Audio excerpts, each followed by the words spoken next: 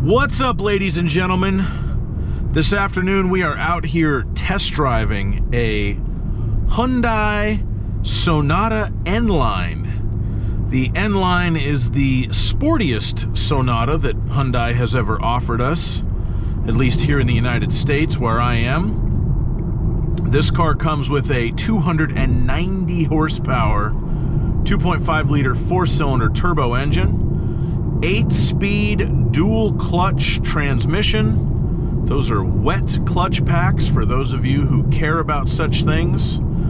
And also on the N Line, they mount the motor for the electric power steering directly on the rack of the rack and pinion steering. Apparently this gives you a little bit more direct and positive steering feel. And for a electric power steering system in a mainstream family-esque sedan, it does feel quite good. And unfortunately I am refilming this in the afternoon times when we have a little bit more traffic on this particular road, because the footage I shot in the morning was not really usable because it was basically just the steering wheel the whole time, which is the opposite problem that I normally have. I normally film the roof. So we'll see how this turns out. But at any rate, this is a very, very nice car to drive. I have to commend Hyundai on their efforts here. They have stepped up their game in every conceivable way in the last 15 years or so. Quality and luxury were kind of the first two fronts that they were really strong on, and now with the N line of performance vehicles, they are trying to move up in the performance world, and from this driver's seat it certainly feels like they're succeeding. I will say that if I ran a car company and I had to choose a letter to signify my new performance division, I don't know that N would have been the letter that I chose, but I am not a large Korean multinational conglomerate with a sizable car-making concern, so I will defer to Hyundai's judgment on that one. But aside from that, I would say that this car pretty well succeeds at its goal of being a credibly sporty sedan. You could even call it a sports sedan. And they didn't take the easy way on this one. You know, they put the more powerful engine in. They put a dual clutch transmission. I don't mind CVT transmissions, but the transmission in this car is definitely sportier than a CVT, and it feels nicer. The seats are excellent. I love the way that the bolsters kind of hug me. I'm a little bit of a bigger guy as far as weight is concerned. I'm not morbidly obese, but I could stand to lose a few pounds. And for me, it hugs me just perfectly. If you're a very large individual, you may find it to be somewhat annoying, but I like it a lot. I like the sort of micro suede inserts that grips the clothes very well in tight turns. The steering has a very nice weight to it. It's very accurate. It has a nice feel.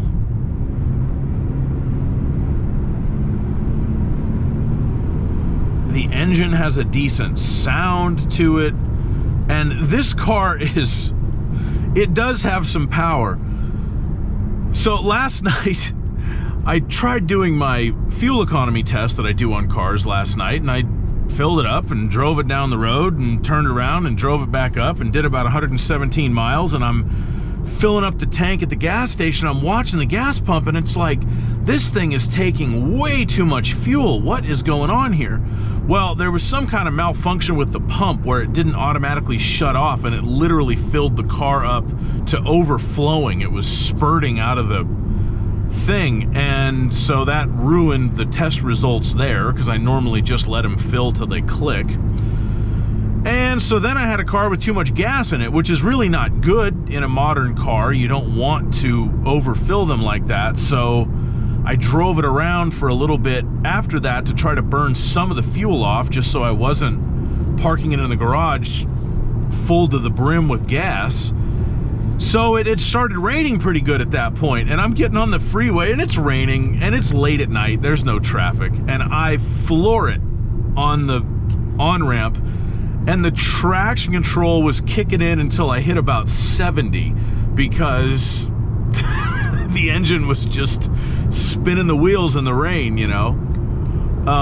It is a lot of power for a front-wheel drive car. You can feel a little bit of torque steer sometimes, but quite frankly, for a car with 290 horsepower and 311 torque, the torque steer is very well controlled.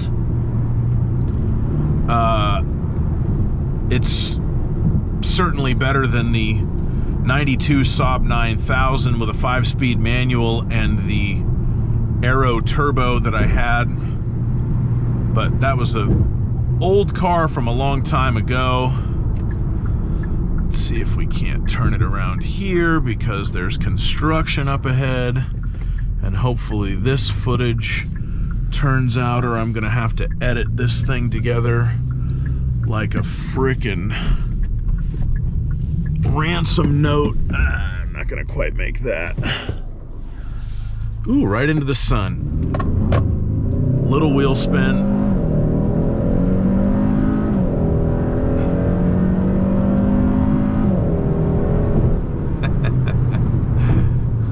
Yeah, it's quick. I mean, it gets up to speed. There's no question about it. And it feels nice doing it. Let's see, let's put it into sport mode. The sport mode, to me, the gauges always look like the gauges to like a Dodge Charger from a few years ago, kinda. When you switch it into sport mode, I don't know if that's showing up on the camera. And then can use my paddles, and you can hear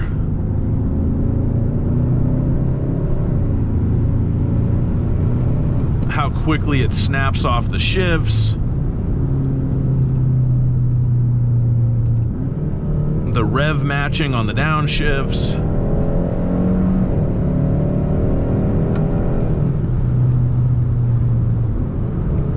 One small criticism, is the gear shifting situation. Shut it up a little bit. I wish that it had a more traditional shifter so that I could bump up and down, or at least I had the option to bump up and down for the dual clutch transmission. As it stands, in my mind, the push button transmission situation, which is what this car has, is mainly meant for luxury cars. Not quite so much for a sporting car. I have a feeling that's what all of the Sonatas have, so that's what this one got. Minor complaint, but you know, I do feel like Hyundai's really being serious about this N line of cars. So maybe in the next generation they can not use the push buttons and they can give us a proper kind of shift handle. And the other, again, small criticism, the steering wheel works just fine. It has a nice feel to it, but I feel like it's sort of old man design in a way. Like it looks in place in the other Hyundai cars, but I think a nice 3-spoke, something that looked a little sportier. To me, 3-spoke steering wheels are sportier. I don't know why I think that. Maybe because back in the day, I don't know, when you got a turbo Saab 900, it had a 3-spoke. When you got a non-turbo, it had a 4-spoke. I think Porsche 911s have 3-spoke steering wheels too, now that I think about it. Anyway, small thing, small complaint, minor complaint. But overall, in general, this is a fantastic car to drive when you consider the class and the MSRP. And I really like the way the Sonata looks. I think it is the best looking mid-sized sedan in the mainstream class. You know, if you want to spend a bunch more money and go with one of the luxury imports, you might be able to find something that looks a little bit nicer. But as far as your Accords and Camrys and what else? Ford doesn't make a midsize sedan anymore. I don't think Chevrolet makes a midsize sedan anymore. Subaru Legacy, which I have. This looks nicer than a Legacy. Yeah, so it's probably the nicest looking of all of the mainstream mid-sized sedans. It's crazy how few sedans there are on the market. I just recently re-entered the car sales game after about almost a year off.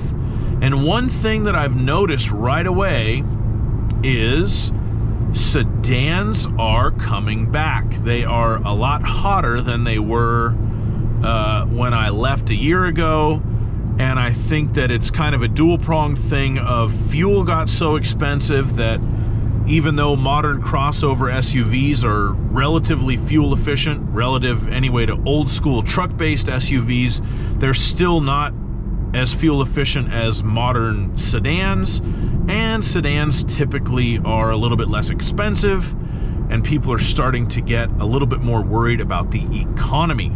So this Sonata N Line could be kind of a hot car for some people, maybe just Sonatas in general, but this is fun. This is a fun car to drive. If you need a family car that has, you know, four-door sedan, decent trunk, but you still want to have some fun while you're driving it, I recommend one of these because it is a lot of fun. And it doesn't have auto start stop, which is kind of interesting because that's becoming almost standard across the board in new cars these days, but this one doesn't have it. So if you absolutely hate auto start stop and you're convinced that it's bad for the engine and it annoys you and it's the worst thing ever, then buy a Sonata N Line because it doesn't have it. And that's probably pretty much all I've got to say about this car. It's good on the highway. It's relatively refined. If you are looking for a super cushy, comfortable ride, I might point you in a slightly different direction. Only, it's not that it's uncomfortable, but you definitely feel the bumps a little bit in this car. It fits the sporting character of it.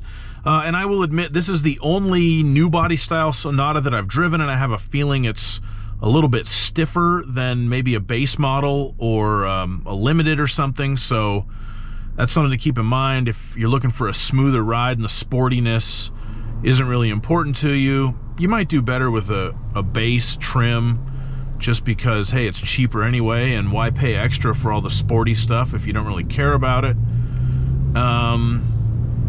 But yeah, other than that, this car's pretty great. If you want to watch my full review of it, there will be a link to that somewhere in the description or the comments, or potentially both. And that's pretty much all I got to say. So hope you enjoyed the video. If you did, please like the video, subscribe to my channel, and have a fantastic day. Bye-bye.